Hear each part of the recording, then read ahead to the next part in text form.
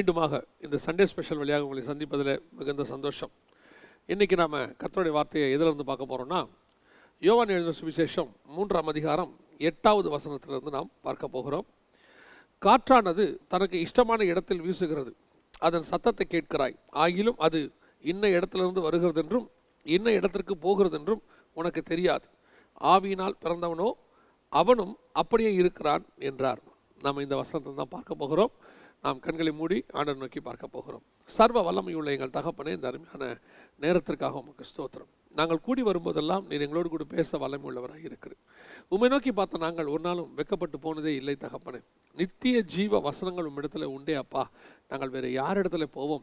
அந்த நித்திய ஜீவ வசனங்கள் எங்கள் ஆவி ஆத்மா சரீரத்துக்கு தேவையானதை எங்களுக்கு போதிக்க வேண்டுமாய் நாங்கள் செபிக்கிறோம். எங்கள் ஆவியானவரே, நீர் எங்களோடு கூட பேசுவீராக, இடைபடுவீராக. எங்கள் ஆண்டவர் இயேசுவின் நாமத்தில் ஒப்பு கொடுத்து ஜெபிக்கிறோம் எங்கள் ஜீவனுள்ள நல்ல பிதாவே, ஆமென். இந்த பகுதியில், வேத பகுதியில் என்ன நடக்குதுன்னா, நிக்கோதேமை குறித்து நாம் பார்க்கிறோம். நிக்கோதேமை ஆண்டவர்கிட்ட பேச வராரு. அப்போ வரும்போது ஆண்டவர் அவருக்கு சொல்ல வேண்டியது, நீங்கள் மறுபடியும் பிறக்க வேண்டும் அப்படின்னு ஆண்டவர் சொல்கிறார். ஒருவன் ஜலத்தினாலும் ஆவினாலும் பிறவாவிட்டால் தேவனுடைய ராஜ்யத்தில் பிரவேசிக்க மாட்டான் என்று உனக்கு சொல்லுகிறேன். மாம்சத்தில் பிறப்பது மாம்சமாயிருக்கும், ஆவியில் பிறப்பது ஆவியாயிருக்கும் அப்படின்னு சொல்லிட்டு மறுபிறப்பை குறித்து, அதாவது மீண்டும் கிறிஸ்துவுக்குள் பிறக்கிறதை குறித்து அங்கே பேசுகிறார். இந்த கிறிஸ்துவுக்குள் பிறக்கிறத பேசும்போது அதை மாம்சத்தில் பிறக்கிறதாக நிக்கோதேமை நினைத்துக் கொள்கிறார். நினைத்துக்கொண்டு அவர் சந்தேகத்தில் கேட்கும்போது ஆண்டவர் சொல்கிறாரு, இஸ்ரவேல் நான் இருக்கிறே, உனக்கு இது கூட தெரியாதா? அதுவும் இஸ்ரவேலில் போதகனாக இருக்கியே, உனக்கு இது கூட தெரியாதா அப்படின்னு சொல்லி கேட்குறார். நாம் இன்றைக்கி என்ன பார்க்க போகிறோம்னா, இந்த மறுபடி பிறந்தவர்களுக்குரிய சுபாவத்தை குறித்து பார்க்க போகிறோம். இங்கே மறுபடி பிறந்தவன், ஆவியினால் பிறந்தவன் எவனோ அவனும் அப்படியே இருக்கிறான் என்று காற்றோடு கூட ஒப்பிட்டு கர்த்தர் சொல்கிறார் 8வது வசனத்தில். இந்த 8வது வசனத்தை நீங்கள் வாசிக்கும் போது காற்றோடு ஒப்பிட்டு கர்த்தர் சொல்கிறார். அதுக்குரிய குணாதிசயங்களோடு கூட சொல்லுகிறார். ஆவிக்குரியவன் அப்படி இருக்கிறான். இந்த காற்றுக்கும் ஆவிக்கும் ஒரு வகையில் ஒத்துமை இருக்குது. அதோடைய ஸ்டேட் என்னன்னு கேட்டால், சாலிட் இல்லை, லிக்விட் இல்லை, அது ஸ்பிரிட் ஸ்டேட். நம்ம என்ன சொல்கிறோம்? காற்று அப்படின்னு நம்ம சொல்கிறோம். அதே மாதிரி இதை கேஸும்போ, இங்கே நம்ம ஸ்பிரிட்டும்போ, ரெண்டுமே ஆவி காற்று எல்லாம் அந்த ஒரே ஸ்டேட்டில் இருக்கும். இப்போது இந்த இடத்துல நம்ம என்ன பார்க்க போகிறோம்னா, கர்த்தர் உலக பிரகாரமான காற்றுக்கும் நம்முடைய ஸ்பிரிட் ஆவிக்கும் உள்ளதான தொடர்பை குறித்து பார்க்கிறார். ரெண்டுத்தையும் சேர்த்து உவமையாக அந்த இடத்துல சொல்கிறார். ஒரு ஆவிக்குரியனுடைய சுபாவம் எப்படி இருக்க வேண்டும் என்பதற்காக ஆண்டவர் சொல்கிறார், மறுபடியும் பிறந்தவன் இப்படி இருப்பான் என்று சொல்லுகிறார். அதில் 3 காரியங்களை சொல்லுகிறார். நான் இந்த வசனத்தை படிக்கும்போது ஆவியானவர் எனக்கு உணர்த்தினது, அதை தான் நான் உங்களுக்கு இன்றைக்கி ஷேர் பண்ண விரும்புகிறேன். பொதுவாக நான் உங்களோட பேசுகிற காரியங்கள் எல்லாமே எனக்கு ஆவியானவர் உணர்த்துகிறதை நான் உங்களோடு கூட சொல்லுகிறேன். அதில் முதலாவது அவர் என்ன சொல்கிறாரு, அது இன்ன இடத்திலிருந்து வருகிறது என்றும் இன்ன இடத்திற்கு போகிறது என்றும் உனக்கு தெரியாது. ஆவியினால் பிறந்தவனும் அப்படியே இருக்கிறான். இந்த ஸ்பிரிச்சுவல், அதாவது இந்த ஆவியில் பிறக்கிறதுனா என்னன்னு கேட்டிங்கன்னு சொன்னால், இது புதிய ஏற்பாட்டு முறைமையை குறித்து வருது. இந்த புதிய ஏற்பாட்டை தான் பரிசுத்த ஆவியினால் பிறக்கிறது. பழைய ஏற்பாட்டில் நியாயப்பிரமாண முறைப்படி வருகிறவங்க எல்லாருமே மாம்சத்தினுடைய ஜீனியாலஜி, ஆபிரகாமுடைய வம்சத்தில். அதனால தான் யோவான் ஸ்நானகர் சொல்கிறாரு, நீங்கள் ஆபிரகாமுக்கு பிள்ளைகள் என்று சொல்லிக் கொள்ளாதிருங்கள், இந்த கல்லுகளுக்கும் பிள்ளைகள் பிறக்கும் அப்படின்னு சொல்கிறார். அதோடைய அர்த்தம் ரொம்ப அற்புதமான அர்த்தம். ஏன் அவர் கல்லுன்னு சொன்னார் அப்படின்னு கேட்டிங்கன்னு சொன்னால், இயேசு கிறிஸ்து தான் கல், கண்மலை. அந்த கல்லோ வென்றால் பரம்பி பூமி எங்கு நிரப்ப போகுது. 2ஆம் அதிகாரம் தானியேல் புஸ்தகத்தில் அதனுடைய காரியத்தை ஆண்டவர் சொல்கிறார், வரப்போகிற இயேசு கிறிஸ்துனுடைய ராஜ்யத்தை குறித்து. இப்போ அந்த கண்மலையினுடைய கல், அதாவது மண்ணில் பிறந்தவர் மண்ணுக்கு பிறந்தவர் தான் ஆதாமுடைய சந்ததிகள் எல்லாமே. ஈசாக்குடைய சந்ததி வேற. இது நம்ம ஆண்டவர் கல்லுகளுடைய பிள்ளைகள். அதனால தான் சொல்கிறாரு, நீங்கள் ஆபிரகாமின் சந்ததின்னு சொல்லி பெருமை பாராட்டாதப்பா, பின்னாடி ஒரு கல் வருது, அந்த கல்லுக்குரிய பிள்ளைகள், அதிலிருந்து கல்லுகள் வரும் அப்படின்னு அவர் சொல்கிறார். இப்போது இந்த இடத்துல நீங்கள் பார்க்கும் பொழுது, இந்த ஆவிக்குரிய சத்தியத்துக்கு நம்ம வரும்போது, நம்ம ஆவியின் பிள்ளைகள். இயேசு கிறிஸ்து பரிசுத்தாவியை அனுப்பி இப்போ நம்ம பரிசுத்தாவியில் பிறந்திருக்கிறோம், மறுபடி பிறந்திருக்கிறோம், ஆவிக்குள்ளே வந்திருக்கிறோம். அப்போ ஆவியில் பிறந்த நம்மை குறித்து சொல்லும்போது நம்ம புதிய ஏற்பாட்டு ஜனங்கள். இந்த புதிய ஏற்பாட்டு ஜனங்களுடைய முறைமைக்கு பேர் என்னன்னு கேட்டிங்கன்னு சொன்னால், மெல்கிசதேக்கின் முறைமை. பழைய ஏற்பாட்டு ஜனங்களுக்கு பேர் என்னன்னு கேட்டால் ஆரோனின் முறைமை, ஆசாரித்துவத்துக்கு பேர். அன்றைக்கி அவங்க ஃபாலோ பண்ணதுக்கு பேர் நியாயப்பிரமாணம். நம்ம ஃபாலோ பண்ணுறதுக்கு பேர் கிருபையின் பிரமாணம். இந்த நியாயப்பிரமாணம், கிருபையின் பிரமாணம், ஆசாரித்துவத்துக்கு பேர் ஆரோனின் முறைமை, இங்கே இருக்கிறதுக்கு பேர் மெல்கிசதேக்கின் முறைமை. இந்த மெல்கிசதேக்கின் முறைமையினுடைய ஸ்பெஷாலிட்டியை என்னென்னா, எபிரேயர் புஸ்தகத்தில் வாசிக்கிறோம், அவன் வம்ச வரலாறு இல்லாதவன். எங்கிருந்து வந்தார், எங்கே போனார், இது எதுவுமே இருக்காது. அதான் மெல்கிசேதேக்கின் முறைமை. ஆவியில் பிறந்திருக்கிற நீங்களும் நானும் அந்த மெல்கிசேதேக்கின் முறைமையை சார்ந்தவர்கள் என்பதுக்கு அடையாளமைத்தான் இயேசு இங்கே சொல்லுகிறார். இது இன்ன இடத்திலிருந்து வருகிறது, இன்ன இடத்திற்கு போகிறது என்று ஒருவனும் அறியான். இந்த புதிய ஏற்பாட்டு சபையும் அப்படித்தான். நீங்கள் நல்ல ஒரு 70 வார கணக்கு இருக்குது தானியேல் புஸ்தகத்தில், இஸ்ரவேலுடைய கணக்கு. அந்த 70 வார கணக்கில், அந்த உலக கணக்கில் புதிய ஏற்பாட்டு சபை உள்ளே வரும். எப்படி வரும்னே தெரியாது. திடீர்னு உள்ளே வரும், வந்து தன்னுடைய வேலையை முடிச்சுட்டு திடீர்னு எடுத்துக்கிட்டு மேலே போயிடும். இதே முறைமை தான் மெல்கிசேதேக்கின் முறைமை. அது எங்கேருந்து வரும், எங்கேருந்து போகும்னு தெரியாது. இப்போ நாம் பரலோகத்தில் போய் நிற்கிறோம் 7ஆம் அதிகாரத்தில். இதே கேள்வியை தான் அங்கே இருக்கிற தூதன் வந்து யோவானை பார்த்து கேட்குறாரு. இவர்கள் எங்கிருந்து வந்தவர்கள், இவர்கள் யார்? இந்த அன்னோன் பர்சன்ஸ். அதைத்தான் இந்த காத்தை பார்த்து சொல்கிறாரு, இவர்கள் எங்கிருந்து வந்தவர்கள், எங்கிருந்து போகிறவர்கள். அப்போது இதே காரியம் தான் எலியாவுக்கும் இருக்குது. எலியா எங்கேருந்து வந்தார்? திஸ்பியன் ஆகிய எலியா. அப்பா அம்மா பேரே இருக்காது. எங்கே போனார்? காற்றுல ஏறி மேலே போனார், சுழல் காற்றில் ஏறி மேலே போனார். அப்போ நாம் இந்த மெல்கிசேதேக்கின் முறைமையில் இருக்கிறவங்க எல்லாருக்குமே இதே முறைமை தான். இந்த முறைமையில் தான் இயேசு கிறிஸ்துவானவர் வந்தார். இயேசு கிறிஸ்து எப்படி வந்தார்? ஆவினாலே, பரிசுத்த ஆவினாலே பிறந்தார். பரிசுத்த ஆவியில் பிறந்தவர் திருப்பி பரமேறி எப்படி போனார்? மேகத்தில் ஏறி மேலே போயிட்டார்.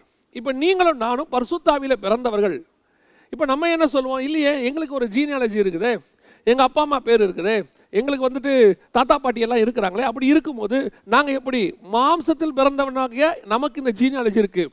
எப்போ நீங்கள் ஆவிக்குள்ளே பிறக்கிறீர்களோ இந்த உலகத்தினுடைய தாய் தகப்பன் கணக்கில் நீங்கள் வரமாட்டீங்க, பரிசுத்தாவின் கணக்கில் வந்துடுவீங்க. இப்போ இயேசு கிறிஸ்துவானவர் உலக பிரகாரமாக நீங்கள் பார்த்தீங்கன்னு சொன்னால் மரியாளின் மைந்தன், உலக பிரகாரமாக பார்த்தா தச்சனின் மகன், ஒரு ஜீனியாலஜிக்குள்ளே வராரு. ஆனால் இயேசு கேட்குறாரு, என்னை நீங்கள் யார் என்று சொல்லுகிறீர்கள்? உடனே இவங்க சொல்கிறாங்க, நீர் உன்னதமான தேவனுடைய குமாரன். அப்போ நீர் இந்த பூமியில் அப்பா அம்மா இல்லாதவர், வம்ச வரலாறு இல்லாதவர். அதான் தான் இதை இன்னும் கன்ஃபர்மேஷனாக இயேசு ஒரு இடத்துல சொல்கிறாரு. தாவீதுடைய மைந்தன், தாவீதுடைய குமாரன் இவரை சொல்லும்போது அவர் சொல்கிறார், ஒரு இடத்துல தாவீது என்னை பார்த்து ஆண்டவனேன்னு சொல்லியிருக்கிறானே, அப்படி தாவீது என்னை பார்த்து ஆண்டவனேன்னு சொல்லும்போது நான் எப்படி அவனுக்கு குமாரனாக இருக்க முடியும்?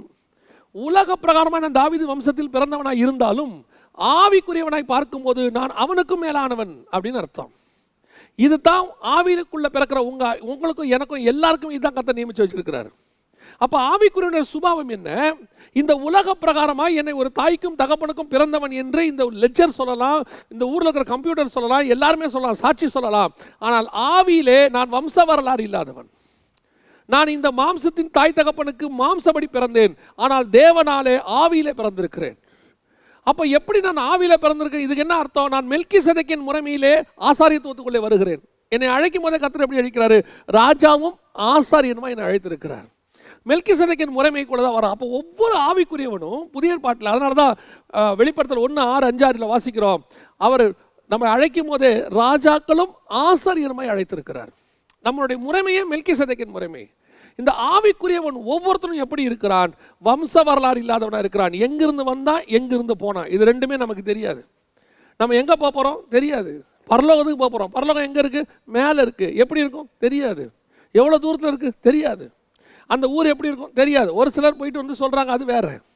வசனத்தின்படி நான் எப்படி இருப்பேன் அங்கே போனதான் தெரியும். என் கண்கள் காணவும் இல்லை, என் காதுகள் கேட்கவும் இல்லை, அது மனுஷனுடைய கற்பனைக்கு தோன்றவும் இல்லை. நான் எங்கிருந்து வந்தேன், எங்கிருந்து போனேன், இந்த வம்ச வரலாறுக்குள் அடங்காதவன் நான். அப்படித்தான் நம்மளை ஆண்டவர் வச்சிருக்கிறார். இப்போ நம்முடைய மேன்மையை பாருங்கள். நாம் இன்னும் எதை பற்றி பேசிக்கிட்டு இருக்கிறோம்? நான் இந்த பூமிக்குரியதை, இந்த பூமிக்குரிய ஜீனியாலஜி, இந்த பூமிக்குரியதான சட்டத்திட்டங்கள். இப்போவும் சொல்கிறேன், நான் இந்த சட்டத்திட்டத்துக்கு உட்பட்டவன் தான், அதில் எந்த மாற்று கருத்தும் இல்லை. ஆனால் என்னுடைய ஆவியோ, நான் ஆவிக்குள் பிறந்திருக்கிற என்னோட ஸ்பிரிச்சுவல் லைஃபோ, இது எதுவுமே எனக்குள்ள இல்லை. நான் பரலோகத்துக்குரியவன், என்னை பரலோகம் அனுப்பி வச்சிருக்கேன்.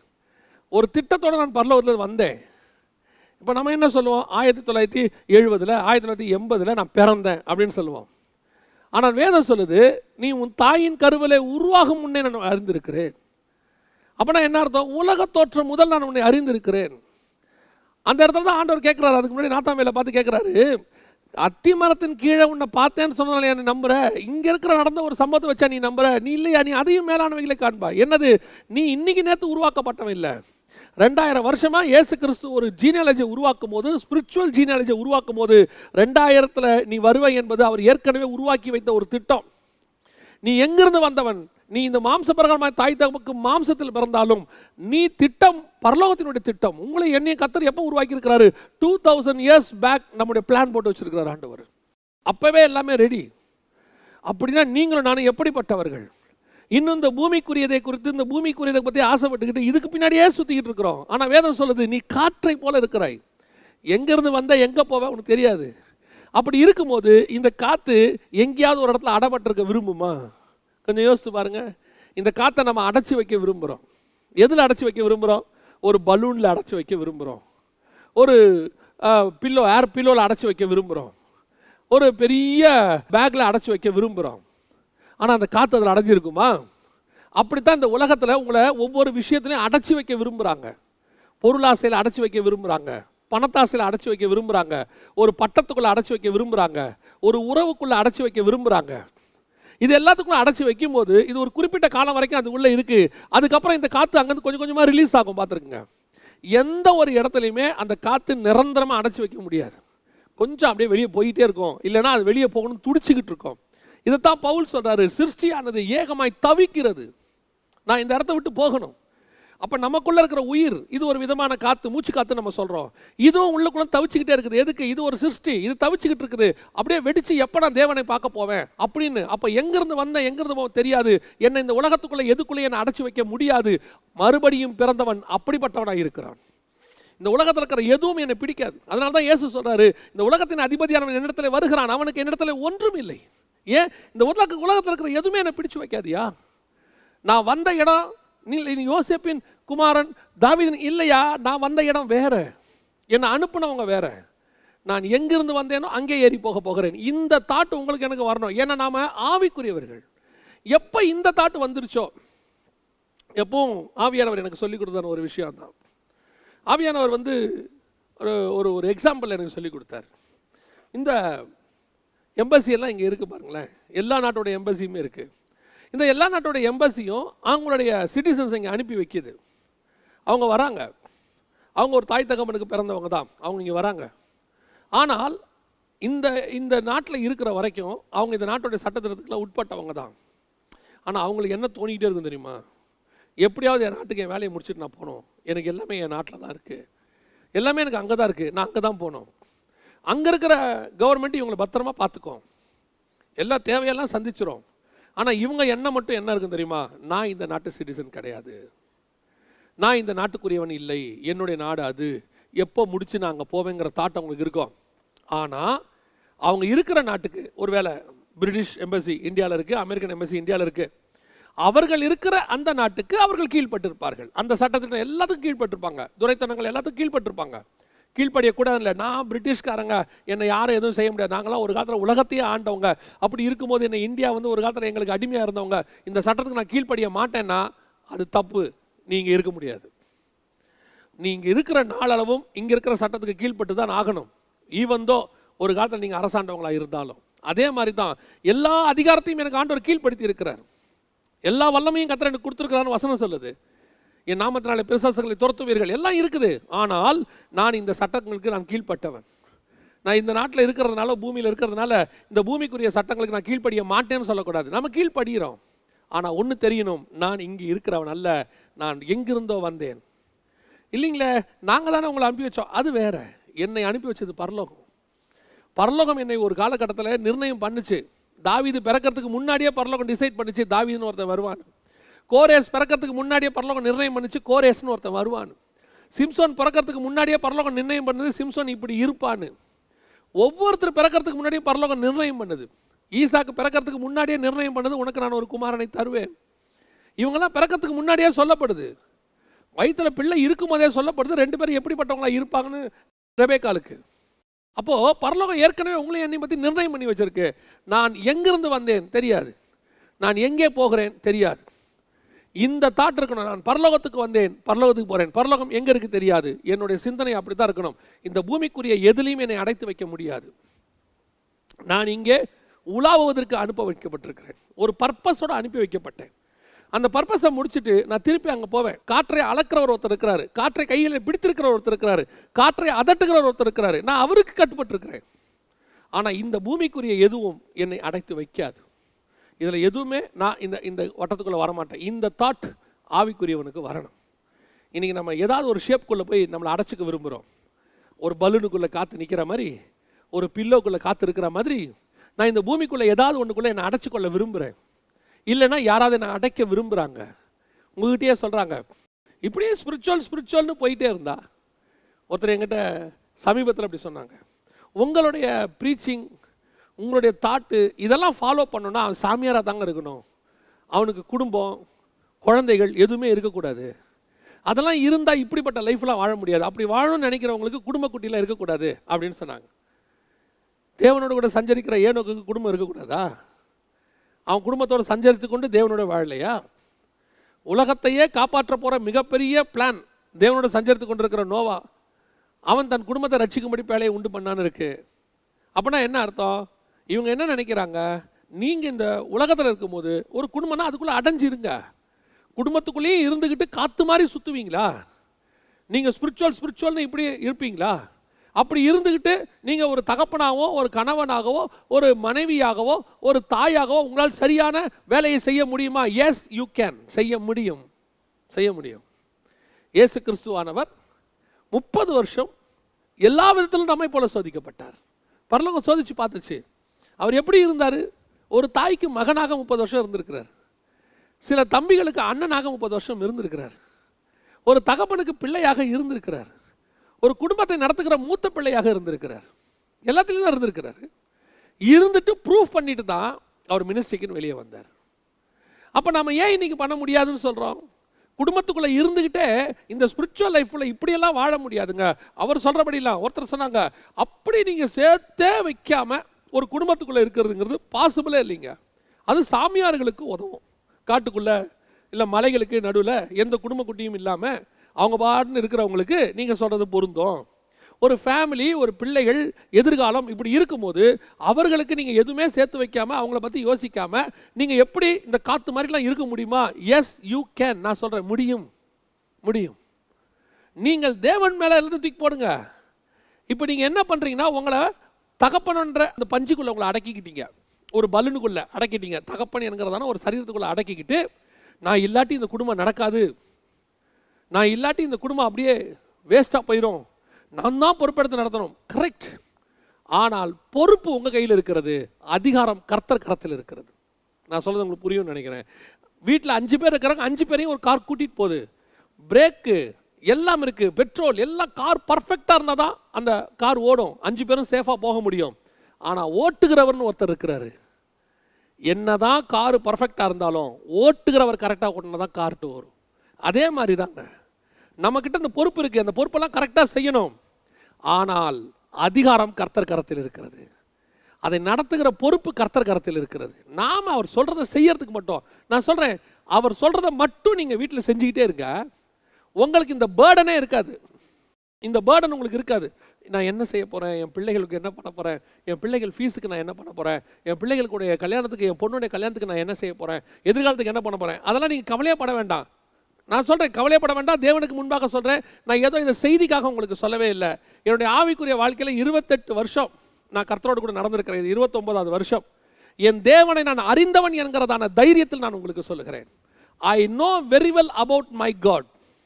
நான் இதை மெசேஜுக்காக சொல்லலை. இந்த 28 ஆண்டு காலம் 1992 நான் இயேசுவை ஏற்றுக்கொண்டேன். 93 என் சொந்தக்காரர் ஒருவர் எனக்கு ஒரு லெட்டர் எழுதினார். நான் சாட்சிக்காக உங்களுக்கு சொல்லுகிறேன். ஒரு லெட்டர் எழுதினார். அந்த லெட்டரில் சொன்னார், ஏதோ குடும்ப பிரச்சனைகள் அவங்களுக்குள்ள நடந்துட்டு இருந்துச்சு. அந்த குடும்ப பிரச்சனைகள் நடந்தபோது அதில் யாரோ தவறுதலாக என் பேரையும் சேர்த்துட்டாங்க. ஜெகனும் இதில் வந்துட்டு பங்கு கேட்குறாரு. அவர் ரொம்ப முரண்டு பிடிக்கிறாரு. எனக்கு அந்த விஷயமே தெரியாது. ஆக்சுவலாக நான் அதில் தலையிடவும் இல்லை, அப்படி ஒன்று நடக்கிறது எனக்கு தெரியவும் தெரியாது. உடனடியாக அப்போல்லாம் லெட்டர் எழுதுகிற காலம், அவர் எனக்கு ஒரு லெட்டர் எழுதினார். லெட்டரில் கண்ணா மின்னான்னு திட்டி எழுதினார். திட்டி எழுதிட்டு சொன்னார், அப்போ தான் நான் இயேசுவை ஏற்றுக்கொண்டு 1 வருஷம் ஆகிருக்கு. அந்த லெட்டரில் சொல்லியிருந்தார், நீ எல்லாம் மனமாற்றம் அடைஞ்சிட்டேன்னு சொல்கிறாங்க, முதல்ல இந்த மாதிரி காசுலேருந்து மனமாற்றம் நீ அடைய வேண்டியவனாக இருக்கிற அப்படின்னு எழுதியிருந்தார். எனக்கும் ரொம்ப கோவம் வந்துருச்சு. அப்போ தான் ஆண்டவர் ஏற்றுக்கொண்டு 1 வருஷம். ஆனால் ஆவியானவர் சொன்னார், நான் சொல்கிறத திருப்பி எழுது, உட்கார், நான் சொல்கிறத நீ எழுது. ஜெபத்தோடு எழுதினேன். அப்போ நான் எழுதினேன், 92 வரைக்கும் நான் என் பெற்றோரை கேட்டு எல்லாவற்றையும் வாங்கி கொண்டிருந்தேன். நான் எப்போ இயேசுவை ஏற்றுக்கொண்டேனோ அன்னிலிருந்து மனுஷனை கேட்குவதை நான் நிறுத்திவிட்டேன். நான் தேவனை கேட்க வேண்டும் என்கிற பழக்கத்தில் இருக்கிறேன். நிச்சயமாக என் தேவன் எனக்கு எல்லாவற்றையும் செய்வார். ஆகவே நான் இதுவரைக்கும் கேட்கல, ஒரு வேளை கேட்டிருக்கதா யாராவது சொன்னாங்களோ நம்பாதீங்க, இனியும் கேட்க மாட்டேன், யூ ப்ரொசீட் அப்படின்னு அந்த லெட்டரை எழுதிட்டேன். நான் உங்களுக்கு எதுக்கு இது சாட்சியாக சொல்கிறேன் தெரியுமா? அன்னையிலிருந்து இன்னைய வரைக்கும் நான் எந்த மனுஷனையும் எதையும் கேட்டதே கிடையாது. என் தேவைகள் எல்லாம் அதினதின் காலத்தில் நேர்த்தியாய் பரலோகம் நடப்பித்து கொண்டிருக்கிறது. என் தகப்பனார் மரித்து வைத்திருந்த போது, நான் மாம்சீகத்தில் அவருக்கு முன்பாக நின்று அழுது கொண்டிருக்கும் போது, என் அருகாமையில் என் காதுகளில் கேட்ட ஒரு சத்தம், இனி மாம்ச பிரகாரமாயும் இந்த உலக பிரகாரமாயும் நான் உனக்கு தகப்பனாக இருப்பேன், நான் உன்னை நடத்துவேன். அன்னைக்கு சொன்ன ஆண்டவர் தான். எத்தனையோ சூழ்நிலைகள், எத்தனையோ பிரச்சனைகள், ஐயோ தகப்பன் இல்லையே நான் ஒரு நாள் கூட கவலைப்பட்டதே கிடையாது. எங்கள் அப்பா இந்த நேரத்தில் இருந்திருந்தாருன்னா எனக்கு எவ்வளோ சப்போர்ட்டாக இருக்கும். நம்ம எத்தனை தடவை சொல்கிறோம், எங்கள் அப்பா இருந்திருந்தால் எவ்வளோ சப்போர்ட்டாக இருக்கும், எங்கள் அம்மா மட்டும் இந்த நேரத்தில் என் கூட இருந்தாங்கன்னா எவ்வளோ சப்போர்ட்டாக இருக்கும். அவங்க இல்லாமல் போனது தானே எனக்கு இவ்வளோ பிரச்சனை. நான் சொல்கிறேன், உலக பிரகாரமான தாய் தகப்பன் என்றைக்கோ ஒரு நாள் நிச்சயம் அவர்கள் கடந்து போவார்கள். ஆனால் இந்த தேவன் உன் தாயும் தகப்பனுமானவர் எல்லா சூழ்நிலைகளும் 24 மணி நேரமும் உன் கூடவே இருப்பார். உன்னை கொண்டு போய் ஒரு இடத்துல அடைச்சி கொள்ளாது. நீ அந்த ஒரு ஸ்பிரிச்சுவல் லைஃபுக்குள்ளே நீ வந்து பாரு, வாழ்ந்து பாருங்க, உங்களுக்கு தெரியும். ஒவ்வொரு நிமிஷமும் பரலோகம் உங்களை நடத்தும். தகப்பன் தன் பிள்ளையை சுமந்து கொண்டு வருவது போல உன் தேவன் உன்னை நடத்துவார். You must be very free. உன்னுடைய ஸ்பிரிட் வந்து அவ்வளவு லகுவாக இருக்கும். உங்களுக்குள்ள பாரமே இருக்காது. சிச்சுவேஷன்ஸ் வரும், சிச்சுவேஷன் வரும். அந்த சிச்சுவேஷனில் பரலோகம் ஹெல்ப் பண்ணுறதை நீங்கள் பார்த்துக்கிட்டே இருப்பீங்க. இது எப்படி இருக்குன்னு கேட்டிங்கன்னா, பயங்கரமான டென்ஷனாக 2 காரு மோத வரும்போது உங்களுக்கு ஒரு டென்ஷன் இருக்கும். அப்படி பார்க்கும்போது மோத போது என்ன ஆவாங்களோ ஒரு டென்ஷன் இருக்கும். அந்த காரியம் முடிஞ்சு அவங்க பிரிஞ்சு அப்படி மோதாமல் போயிட்டாங்கன்னா ஒரு ரிலாக்ஸ் உங்களுக்கு இருக்கும். பட் இந்த 2 காரும் மோதுறதுக்கு உங்களுக்கு ஏதாவது சம்மந்தம் இருக்கா? நீங்கள் அதுக்குள்ளே இருக்கீங்களா? இல்லை, ஜஸ்ட் யூ லுக்கிங். நீங்கள் பார்க்குறீங்க, பார்க்கும்போது உங்களுக்கு டென்ஷன் இருக்குது. அதே மாதிரி தான் உன் லைஃப்லையும் இருக்குன்றேன் நான். உங்கள் லைஃப்பில் நடக்கிற சம்பவத்தெல்லாம் நீங்கள் பார்க்குறீங்க, டென்ஷனாக இருக்கும். இப்போ நீங்கள் நினச்சிக்கிறீங்க நான் அந்த காருக்குள்ளே இருக்கிறேன். இல்லை, நான் சொல்கிறேன், காருக்கு வெளியே தான் நாம் இருக்கிறோம். அந்த 2 காரையும் மோதாமல் அழகாக பரலோகம் நடத்தி கொண்டு போகும். நம்மளை அழகாக பரலோகம் மூவ் பண்ணும். அந்த காற்று எப்படி ரிலாக்ஸாக போதும், அதே மாதிரி நீங்கள் நானும் போயிட்டே இருப்போம். You don't want to care about anything. நம்முடைய ஒரே சிந்தனை எப்படி இருக்கணும் தெரியுமா? நான் அங்கிருந்து வந்தேன், நான் அங்கே போக போகிறேன். நடுவில் என்னை கொண்டு போய் தகப்பனுங்கிறதான ஒரு காற்றை நம்ம அடைக்கிறோம், ஒரு பலூனுக்குள்ளே. மனைவி அப்படிங்கிறதான ஒரு பலூனுக்குள்ளே அடைக்கிறோம். இது ஒரு ஷேப், ஒரு உருவம் பார்க்குறதுக்கு. மனைவி, கணவன், பிள்ளைகள், இது உள்ளே இருக்கிறது காற்று, நாம் ஸ்பிரிச்சுவல் லைஃப். ஆனால் இது அல்ல, இது உள்ளே இருக்கிறது தான் நிஜம். ஒரு நாள் இந்த ஷேப் போயிடும். இப்போ நாம் என்ன செய்யணும்? இந்த இதுக்குள்ளே இருக்கும் போதே நமக்கு அந்த தாட்டு வரணும். அந்த தாட்டு வந்துருச்சுன்னா இந்த மேலே இருக்கிற இந்த சரீரத்துக்கான எதுவும் உன்னை அசைக்காது, எதுவும் உன்னை கவலைப்படுத்தாது, எதை பற்றியும் கவலையும் வராது. அது காலத்தில் நடக்கும். அப்போது அந்த காலத்தில் நான் அவர்கிட்ட சொன்னேன், இது வரைக்கும் நான் என் தாய் தகப்பனை கேட்டேன், இதுக்கப்புறம் என் தேவனை கேட்டேன். நான் அந்த லெட்டரை எழுதுனேன். அதுக்கப்புறம் நான் சொல்லுவேன், படிப்படியாக வாழ்க்கையில் திருமணமாச்சு, பிள்ளைங்க வந்தாங்க, தேவைகள் அதிகமாகுது. நான் சொல்லுவேன், ஒவ்வொரு காலகட்டத்திலும் பரலோகம் என்னை நடத்துச்சு. ஒரு இடத்துல என்ன கேட்டாங்க, இப்போது விலைவாசிலாம் இவ்வளோ உயருது, இப்போ என்ன பண்ண போகிறீங்க? இப்போவும் பரலோகம் என்னை நடத்தும். லாக்டவுன் என்ன பண்ண போகிறீங்க? இப்போவும் பரலோகம் என்னை நடத்தும். ஃப்ளைட்டே இல்லை, வெளிநாட்டுக்கே போக முடியாதுன்னு சொல்லிட்டாங்க, உங்களோட மீட்டிங்ஸ்லாம் கேன்சல், என்ன பண்ண போகிறீங்க? இப்போவும் பரலோகம் நடத்தும். காற்றுக்கு கவலையே கிடையாதுங்க, காற்றுக்கு எந்த கவலையும் கிடையாது. அது பாட்டு வீசிக்கிட்டே இருக்கும். லாக்டவுன் போட்டாலும் காற்று வீசும், நீங்கள் என்ன பண்ணாலும் காற்று வீசும். அதே மாதிரி தான் உங்கள் ஆவிக்குரிய வாழ்க்கையும் நம்ம ஆவிக்குரிய வாழ்க்கையும். நான் ஒரு இடத்துலேருந்து வந்தேன், ஒரு இடத்துக்கு போக போகிறேன். லகுவான வாழ்க்கை. மெல்கிசேதேக்கின் முறைமையின்படி வாழ்கிற எனக்கு எந்த கவலையும் கிடையாது. ஜஸ்ட் நான் அப்படி சென்டரில் வந்துட்டு போயிடுவேன். நான் ஒரு சின்ன ரோல் உள்ளே வந்துட்டு போகிறேன் உலகத்துக்கு. ஒரு 70 வருஷம் 80 வருஷம் போயிடுவேன், ஒரு 120 வருஷம் வந்துட்டு போயிடுவேன். நான் ஏன் இதுக்கு போய் இவ்வளோ கவலைப்படணும்? 6000 வருஷத்தில் என்னுடைய வாழ்க்கை ஒரு 70 இயர்ஸ், என்னுடைய வாழ்க்கை ஒரு 80 இயர்ஸ். ஒரு சின்ன ரோல். இந்த சின்ன ரோலை நான் ஏன் பெருசாக தூக்கி தலையில் மேலே வச்சுக்கணும்? இப்போவும் சொல்கிறேன், இந்த சின்ன ரோலை கொடுத்த டைரக்டர்னு ஒருத்தர் இருக்கிறார் உனக்கு, அவர் அழகாக உன்னை நடத்தி வெளியே கொண்டு போயிடுவார். நீங்கள் எப்பவும் ஒன்று மட்டும் மனசில் வச்சுக்கொள்ளுங்க, நான் உள்ளே வந்து வெளியே போவதற்காக அழைக்கப்பட்டவன், இங்கே இருப்பதற்காக அழைக்கப்படவில்லை. நான் இருக்கவும் முடியாது. நான் மறுபடி பிறந்திருக்கிறேன், கர்த்தர் என்னை அங்கே கொண்டு போவார். ரெண்டாவது அந்த வசனத்தை வாசித்து பாருங்க. அதே வசனத்தில், காற்றானது தனக்கு இஷ்டமான இடத்தில் வீசுகிறது, அதன் சத்தத்தை கேட்கிறாய், ஆகிலும் அது இன்ன இடத்துலேருந்து வருகிறது என்றும் இன்ன இடத்துக்கு போகிறது என்றும் உனக்கு தெரியாது. ரெண்டாவது, இந்த ஆவிக்குரியவனுக்கு இருக்க வேண்டிய ரெண்டாவது சுபாவம் என்ன தெரியுமா? இந்த காத்தினுடைய சத்தம் நமக்கு கேட்கும். அந்தந்த சூழ்நிலைக்கு ஏற்ற மாதிரி சத்தம் கேட்கும். வேகமாக வீசினா ஒரு மாதிரி கேட்கும், மைல்டாக வீசினா ஒரு மாதிரி கேட்கும், ரொம்ப மைல்டாக வீசினா உணர்வும் கேட்காது, ஆனால் ரொம்ப ஷார்ப்பாக கேட்டிங்கன்னா அதுவும் கேட்கும். இந்த காற்றினுடைய சத்தம் தான் கேட்குமே ஒழிய ஒரு நாளும் இந்த காற்றை நீ காண மாட்டாய். அந்த காற்றை நீங்கள் பார்க்கவே முடியாது. Just you can hear the voice. அப்போது ஆவிக்குரியவனுடைய அடுத்த சுபாவம் என்ன? நான் மாம்சத்தில் இருக்கிறேன், ஆனால் நான் ராஜாவும் ஆசாரியனுமாய் அழைக்கப்பட்டவனாய் இருக்கிறேன். ஆனால் நான் செய்ய வேண்டிய காரியம் என்ன தெரியுமா? நான் கர்த்தர் சொன்னதை பேச வந்திருக்கிறேன். கர்த்தர் என்னை கொண்டு சில காரியங்களை பேச சொல்லியிருக்கிறார். இப்போ ஆவியானவர் சபைகளுக்கு சொல்லுகிறதை காது உள்ளவன் கேட்க கடவன். ஆவியானவர் பேசுகிறாரு, பார்த்துருக்குறோமா? ஆனால் நம்ம என்ன சொல்கிறோம்? ஆவியானவர் பேசினார். இப்போ மேலேருந்து பேசினது யார்? அங்கே இருக்கிற ஊழியக்காரர் பேசியிருக்கிறார். ஊழியக்காரர் பேசியிருக்கிறாரு, ஆனால் நான் என்ன சாட்சி சொல்கிறேன்? கர்த்தர் என்னோடு கூட பேசினார். அப்போனா என்ன அர்த்தம்? அங்கே பேசினது ஒரு ஊழியக்காரன் ஒரு மாம்சத்திலிருந்து பேசினாலும் எனக்கு அந்த ஊழியக்காரன் தெரியவில்லை, எனக்கு அந்த சத்தம் மட்டும் தெரிகிறது. அது யாருடைய சத்தம்? ஆவியானவரின் சத்தம். ஒரு ஆவிக்குரிய வாழ்க்கை இப்படித்தான் இருக்கணும். உன்னை கொண்டு கர்த்தர் பெரிய காரியங்களை செய்வார், ஆனால் அத்தனையிலும் ஒன்று மட்டும் நிச்சயம், உன் தேவனாகிய கர்த்தர் தான் வெளியே தெரிய வேண்டும். அவர் சத்தம் தான் உன் மூலமாக கேட்க வேண்டுமே ஒழிய நீ ஒரு நாளும் வெளியே தெரியக்கூடாது. நீ காத்துல கலந்துடணும், உன்னை அவங்களுக்கு தெரியவே கூடாது. அழகா யோவான் சொல்றாரு, அவர் பெருகவும் நான் சிறுகவும் வேண்டும்.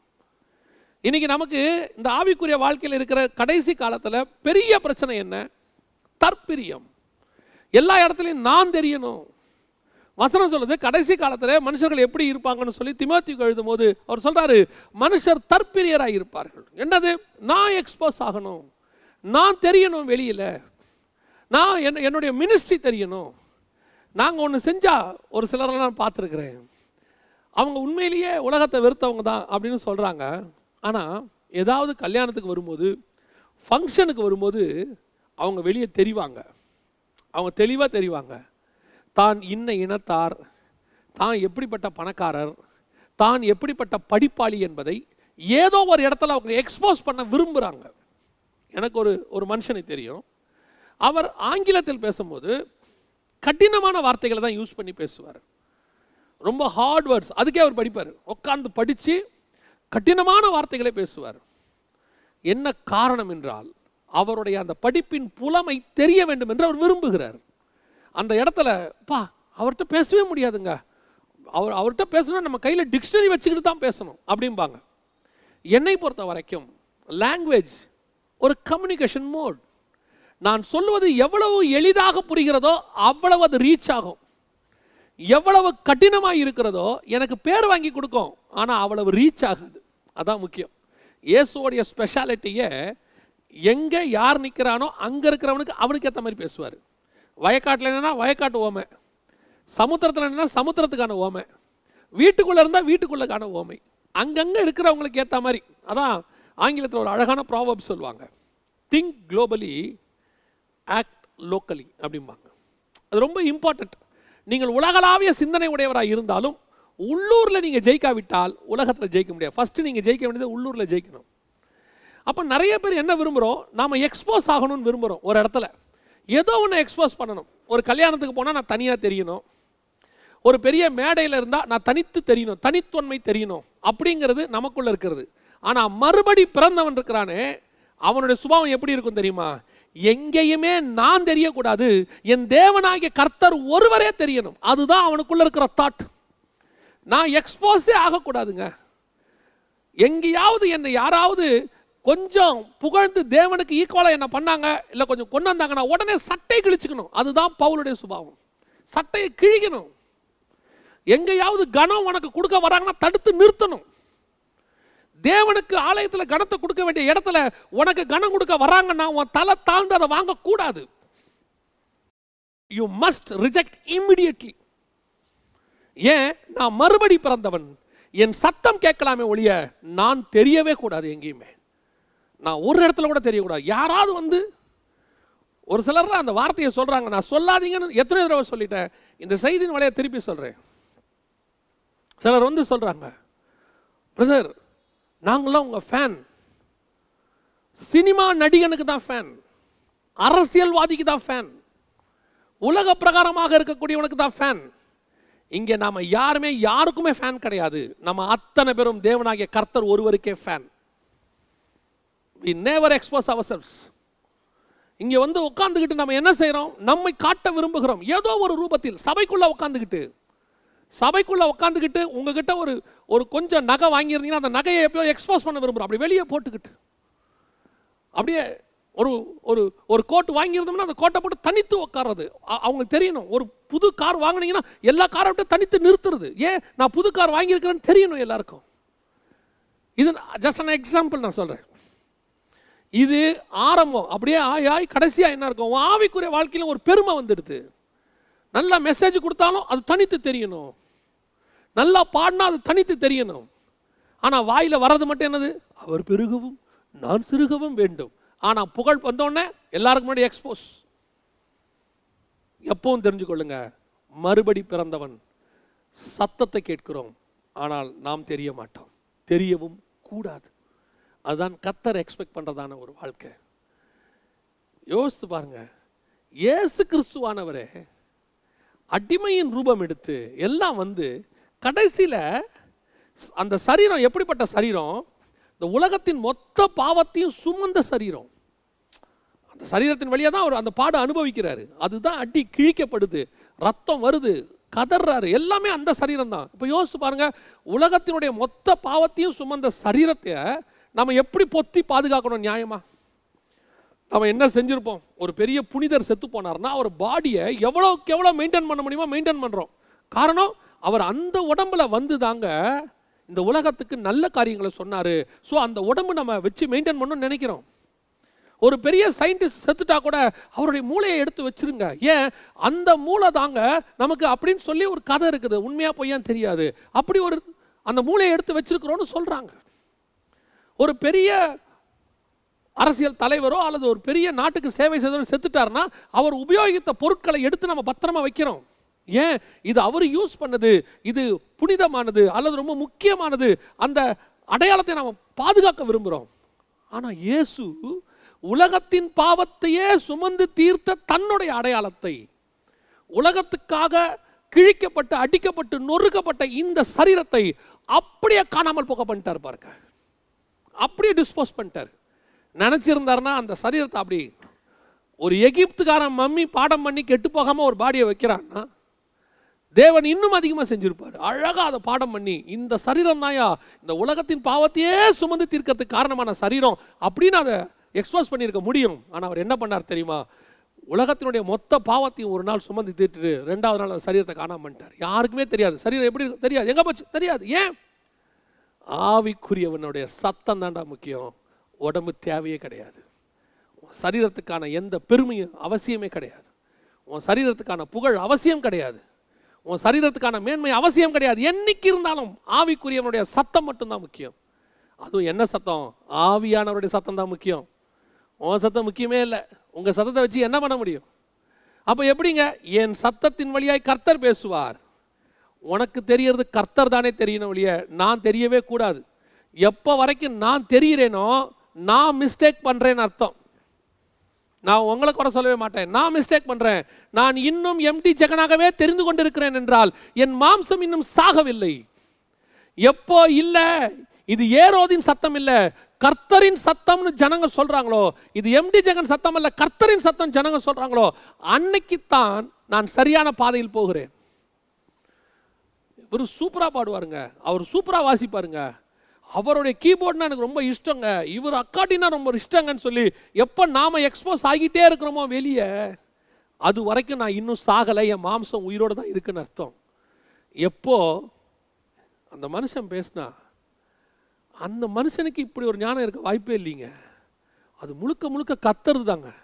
நீங்கள் அந்த செய்திக்கு அப்புறம் அந்த மனுஷனோட பேசி பாருங்களேன், இவ்வளோ ஞானம் இந்த ஆளாக பேசினாருன்னு எனக்கு சந்தேகமாக இருக்கும். அப்படின்னு உன்னுடைய வார்த்தையை நீ இல்லை கர்த்தர்னு எப்போ எக்ஸ்பிரஸ் ஆகுதோ அப்போ தான் நீங்கள் சாக தொடங்கியிருக்கீங்கன்னு அர்த்தம். இப்போ தான் நீங்கள் காத்தா மாறுறீங்கன்னு அர்த்தம். அந்த காத்தா மாறுற அனுபவம் தான் ஒவ்வொரு ஆவிக்குரியவனுக்கும் இருக்கணும். நான் கொஞ்சம் கொஞ்சமாக மாறணும் ஆண்டவரே, நீர் தான்ப்பா தெரியணும், நான் தெரியவே கூடாது.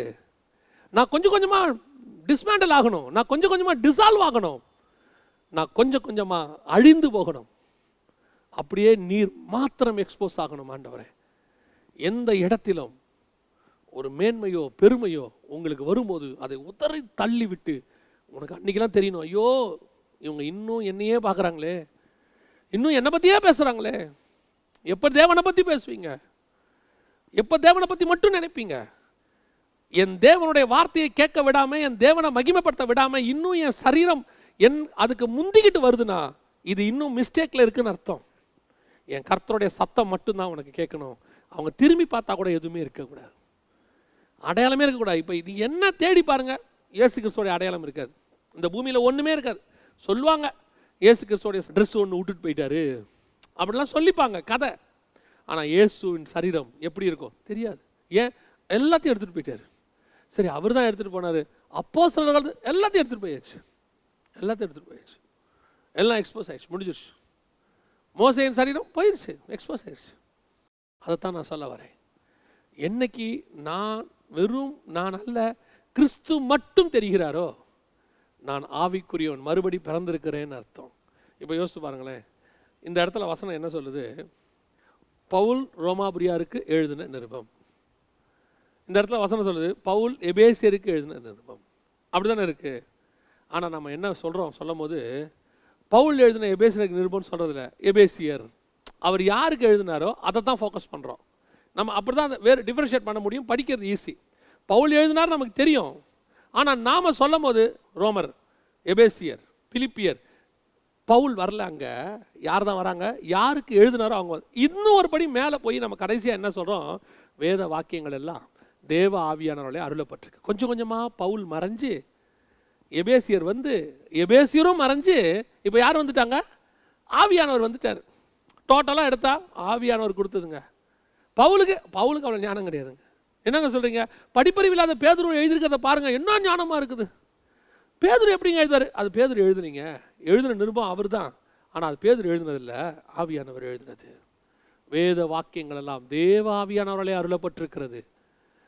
எத்தனை பேர் எழுதியிருக்கிறாங்க, அத்தனை பேரும் ஆவியில் எழுதிட்டாங்க, அத்தனை பேரை கொண்டு ஆவியானவர் எழுதினார். இப்போ என்ன ஆயிடுச்சு? எல்லாம் மறைஞ்சிருவாங்க, ஆவியானவர் மட்டும் நிற்பார். இந்த இடத்துக்கு தான் நீங்களும் நானும் வரணும். அப்போ இதில் பேரெல்லாம் இருக்குதே, அது தேவன் செய்தது. உன் பேரை நான் பெருமைப்படுத்துவேன், அது அவர் செய்வார். உன்னை கீர்த்தியும் புகழ்ச்சியுமாய் நான் வைப்பேன், அது அவர் செய்வார். நீங்கள் செய்யாதீங்கன்னு தான் நான் சொல்கிறேன். என்னை எப்போ நான் இல்லை கிறிஸ்துன்னு தெரியுதோ அப்போ கிறிஸ்து என்னை கொண்டு உயர்த்தலாம், இல்லை பரலோகத்தில் பிதாவுக்கு முன்னாக போய் சொல்லலாம், அதெல்லாம் அவர் இஷ்டம். என்னுடைய இஷ்டம், நான் சிறுகவும் அவர் பெருகவும் வேண்டும். ஒரு நாள் என் சத்தம் மாத்திரம் கேட்கணும், ஆவியானவர் சத்தம் மட்டும், நான் ஒன்றுமே இருக்கக்கூடாது. அதுதான் ரெண்டாவது அனுபவம். மூன்றாவது அதே வசனம், 3ஆம் அதிகாரம் 8ஆம் வசனம். காற்றானது தனக்கு இஷ்டமான இடத்தில் வீசுகிறது. படிக்கும்போது எனக்கு ஒரு சின்ன சந்தேகம் வந்துச்சு. அப்போ ஆவிக்குரியவன் தனக்கு இஷ்டமான காரியத்தை செய்யலாமா? வசனம் சொல்லுது காற்றானது தனக்கு இஷ்டமான இடத்துல வீசுகிறது அப்படின்னு சொல்லுது.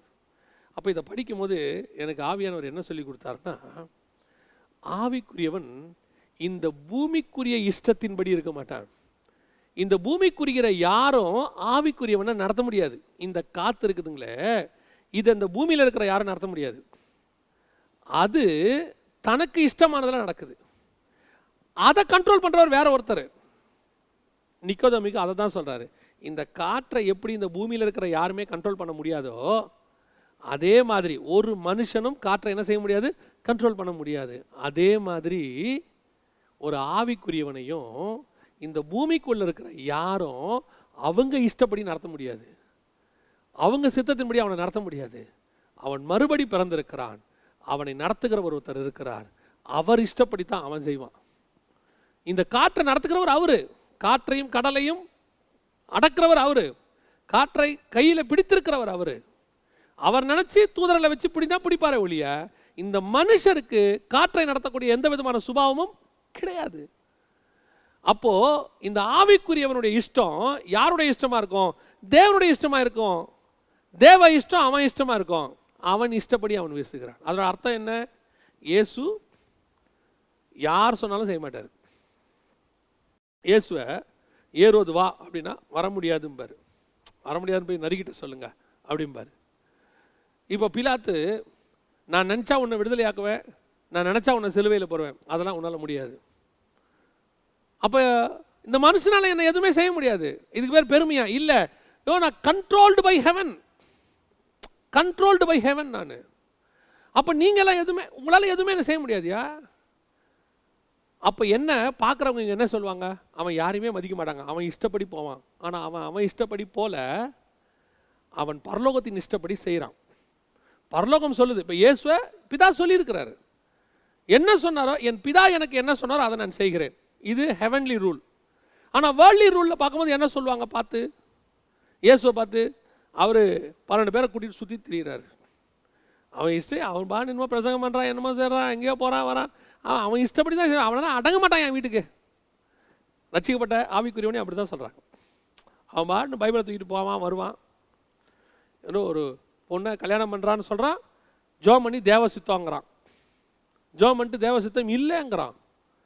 அவன் இஷ்டப்படி அவன் அலையிறான். எதுவும் கேட்க மாட்டீங்களா? யார் சொல்லுவா?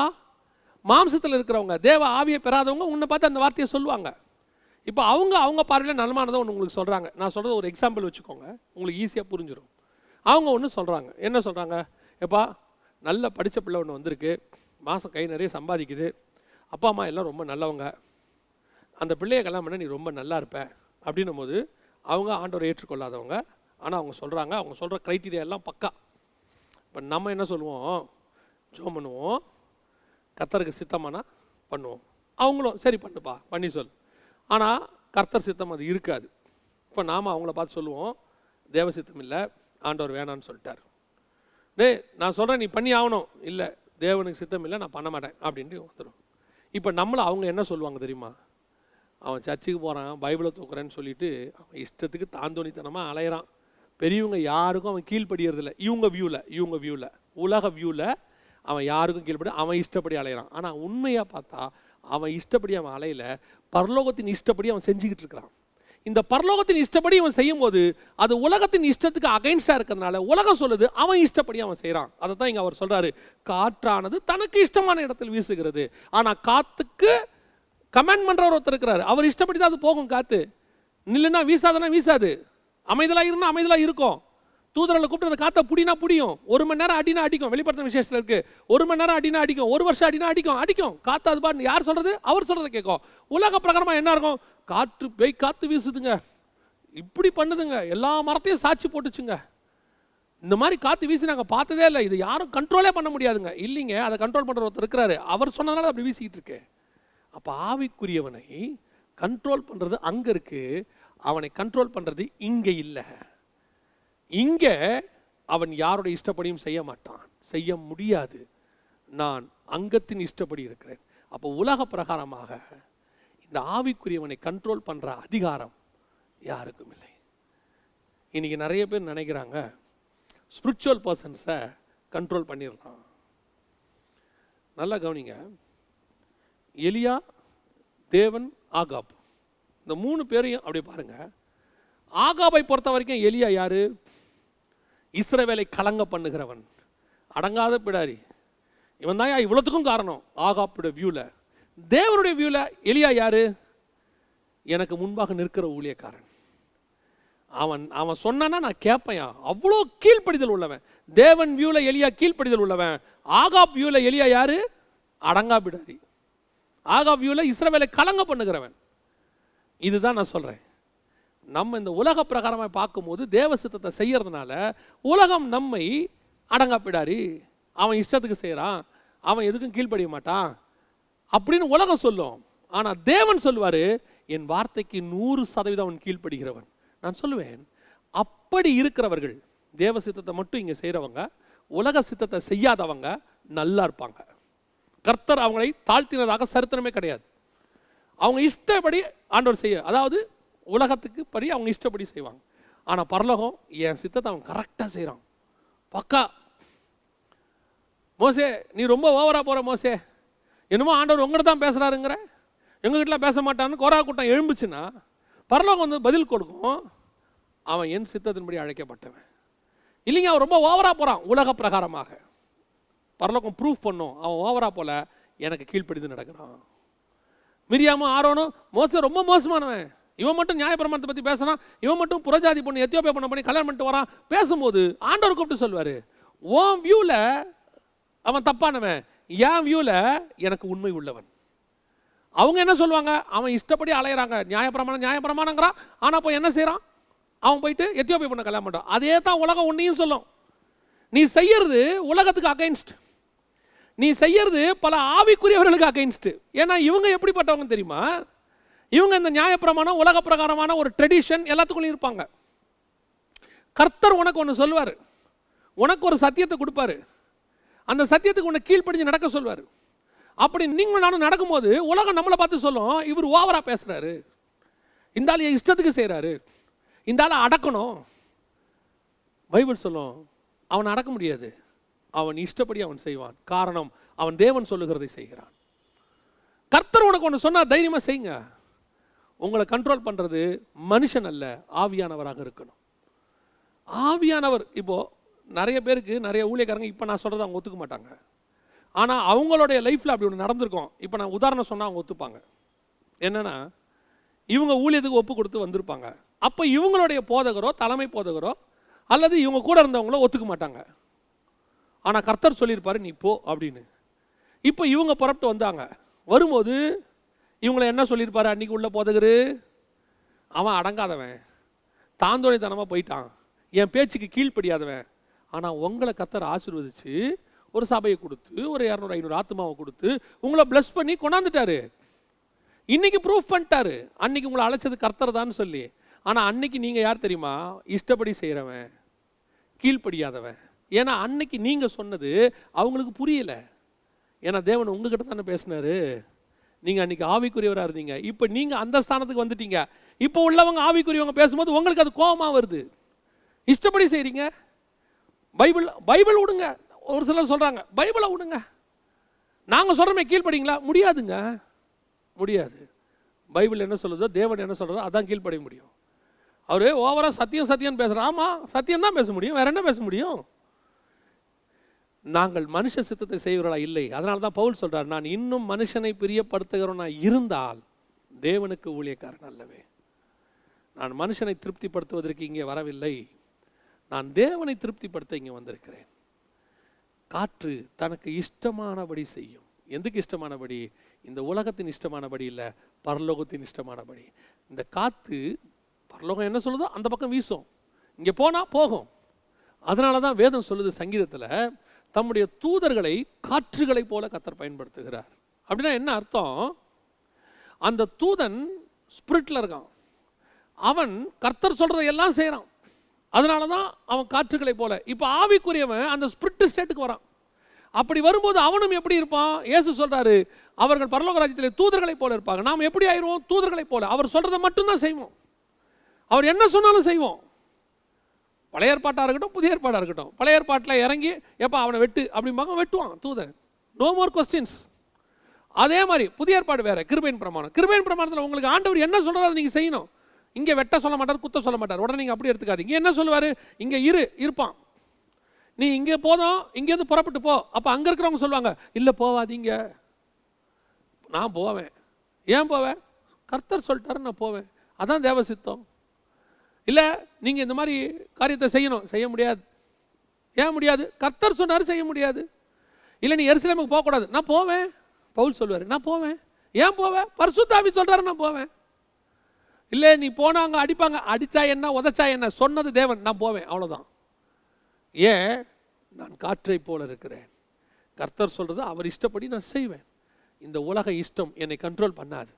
ஆவிக்குரியவனை, ஒரு நல்ல ஆவிக்குரிய ஊழியக்காரனை கமிட்டி கண்ட்ரோல் பண்ணுறது, ஒரு நல்ல ஆவிக்குரிய ஊழியக்காரனை டினாமினேஷன் கண்ட்ரோல் பண்ணுறது, அவனுக்கு ஒரு அழைப்பு இருக்குது, ஆண்டவர் சொல்கிறாரு, அதை கேட்காது. டினாமினேஷன் சொல்லும், இல்லை நீ இதுதான் செய்யணும், நாங்கள் சொல்கிறோம், நீங்கள் சொல்கிறத கேட்க முடியாது, தேவன் சொல்கிறத தான் நான் கேட்க முடியும்.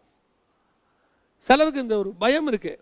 ஒரு சில ஊழியர்களுக்கு, புது ஊழியர்களுக்கு ஒரு பயம் இருக்குது. என்ன ஊழியர்னா, ஏங்க இப்போது ஆண்டவர் என்ன இங்கே போக சொல்கிறாரு, டினாமினேஷன் இங்கே போன ஆப்போசிட் டைரக்ஷன் சொல்லுது, நான் என்ன செய்யறது? ஆண்டவர் சொல்கிறத செய்யுங்க. இல்லை அப்படின்னா இந்த டினாமினேஷனுடைய சப்போர்ட் இருக்காது, நாளைக்கு ஏதாவது பிரச்சனை வந்தால் டினாமினேஷன் சப்போர்ட் இருக்காது, நாளைக்கு பிரச்சனை வந்தால் எதுவும் இருக்காது, கர்த்தருக்கு சோத்திரம், உன் கூட கர்த்தர் இருப்பார். டினாமினேஷன் காப்பாற்றுதோ இல்லையோ, தலைமை காப்பாற்றுதோ இல்லையோ, கர்த்தர் கண்டிப்பாக காப்பாற்றுவார். காரணம், நீ கர்த்தருடைய வாக்கின்படி வந்தபடியினாலே. நீ யாருடைய இஷ்டத்தை செய்யணும்? பூமிக்குரிய இஷ்டத்தை செய்யக்கூடாது, பரலோகத்தின் இஷ்டத்தை செய்யணும். அதான் பைபிள் சொல்லுது, மறுபடி பிறந்தவன் தன் இஷ்டப்படி பேசுகிறான். கர்த்தர் என்ன சொல்கிறாரோ அப்படி நான் நினைப்பேன். அப்போ ஒரு ஆவிக்குரியோட சுபாவத்தை ஆண்டவர் எவ்வளோ அழகாக சொல்கிறார் பாருங்க. முதலாவது, அவன் மெல்கிசேதேக்கின் முறைமையின்படி, நான் எங்கிருந்து வந்தேன், நான் அங்கே போக போகிறேன், இங்கே எதுவும் என்னை பிடித்து வைக்காது. ரெண்டாவது, என் சத்தத்தை மட்டுமே இந்த பூமி கேட்கும், இந்த ஜனங்கள் கேட்பார்கள். நான் சிறுகணும், அவர் பெருகணும், நான் மறையணும், அவர் முழுவதுமாக தெரியணும். அவர் தெரிந்து நான் அழிந்தால் நலமாயிருக்கும். அவர் நாமம் மாத்திரம் மகிமைப்பட்டு மொத்த என்னுடைய நாமம் முழுவதும் ஒளிந்து போனாலும் நலமாயிருக்கும். ஏன்னா இங்கே நான் உயர்த்தப்படுவதற்கு வரவில்லை, அவர் உயர்த்தப்படுவதற்காக நாங்கள் வந்திருக்கிறோம். அவருடைய நாமம் மகிமைப்பட்டு அவர் மாத்திரம் உயர்த்தப்பட்டு எவ்வளவுக்கு எவ்வளவு நான் இல்லாமல் போகிறேனோ அவ்வளவுக்கு அவ்வளவு நான் சந்தோஷப்படுகிறேன். மனிதன் அழியவும் தேவன் வாழவும் வேண்டும். அடுத்தபடியாய் கடைசியாக, இந்த ஆவிக்குரியவனுடைய இஷ்டம் பரலோகத்தினுடைய இஷ்டம், மனிதனுடைய இஷ்டம் அல்ல, பூமியினுடைய இஷ்டம் அல்ல, சுய சித்தம் இல்லை, தேவனுடைய சிஸ்டம். அதனால தான் வசனம் சொல்லுது, அவன் அவர் இஷ்டப்படி செய்கிறான், தன் இஷ்டப்படி அவன் வீசுகிறான். இதுதான் ஆண்டவர் ஆவிக்குரியவனுக்கு கொடுத்திருக்கிறதான மிக அற்புதமான வார்த்தைகள். இந்த வசனத்தை வாசிக்கும் போது இந்த 3 காரியத்தையும் ஆண்டவர் உடனே அப்படியே சொன்னார். ஒரு ஆவிக்குரியவன் மறுபடி பிறந்தவன் இப்படித்தான் இருப்பான். நம்ம ஜெபம் பண்ண போகிறோம். சர்வ வல்லமை உள்ள எங்கள் தகப்பனே, நாங்கள் மறுபடி பிறந்திருக்கிறோம் என்று சொல்லுகிறோம் அப்பா, ஆனாலும் எங்களுக்குள் மறுபடி பிறந்த சுபாவம் இல்லை. ஆவிக்குரியவர்கள் என்று சொல்லுகிறோம், நாங்கள் ஆவிக்குரியவர்களாக இல்லை, இன்னும் மாம்சத்துக்குரியவர்களாக இருக்கிறோம். ஆவிக்குரியவர்களுக்கு ஊழியக்காரராக இருக்கிறோம், ஆவிக்குரியவர்களை நடத்தக்கூடிய ஸ்தானத்தில் இருக்கிறோம். ஆனாலும் இன்னும் எங்கள் மாம்சமே சாகாமல் நாங்கள் இன்னும் மாம்சத்துக்குரியவர்களாக இருக்கிறோம். ஆண்டவரே, நாங்கள் எங்கள் சத்தத்தை மாத்திரம் ஜனங்கள் கேட்டால் போதும் ஆண்டவரே, நாங்கள் இல்லாமல் போகவும் நீர் நின்றென்றும் ஆயுசோடு வாழவும் வேண்டும் ஆண்டவரே. உங்களுடைய ஆயுசு நீடித்த ஆயுசு, அவருடைய காலங்கள் சொல்லி முடியாதது. அந்த தேவன் வாழவும் அவர் தெரியவும் வேண்டும், நாங்கள் மறையவும் வேண்டும். ஆண்டவரே, உங்களுடைய கிருபையுள்ள கரத்தில் எங்களை தாழ்த்துகிறோம். நீர் எங்களை ஆவிக்குரியவராய் மாற்றி இருக்கிறீர். நீர் எப்படி இருக்க வேண்டும் என்று விரும்புகிறீரோ அந்த ஆவிக்குரிய வாழ்க்கை நாங்கள் வாழ எங்களுக்கு கிருபை பாராட்டும். இதை கேட்கிற ஒவ்வொருத்தருக்குள்ளும் இந்த ஆவி, இந்த ஸ்பிரிட், இந்த ஸ்பிரிச்சுவல் லைஃப் ஸ்டைல் வர கர்த்தர் கிருபை தாங்கப்பா. ஆசீர்வதியும், வழி நடத்தும். இயேசுவின் நாமத்தில் பிதாவே, ஆமென்.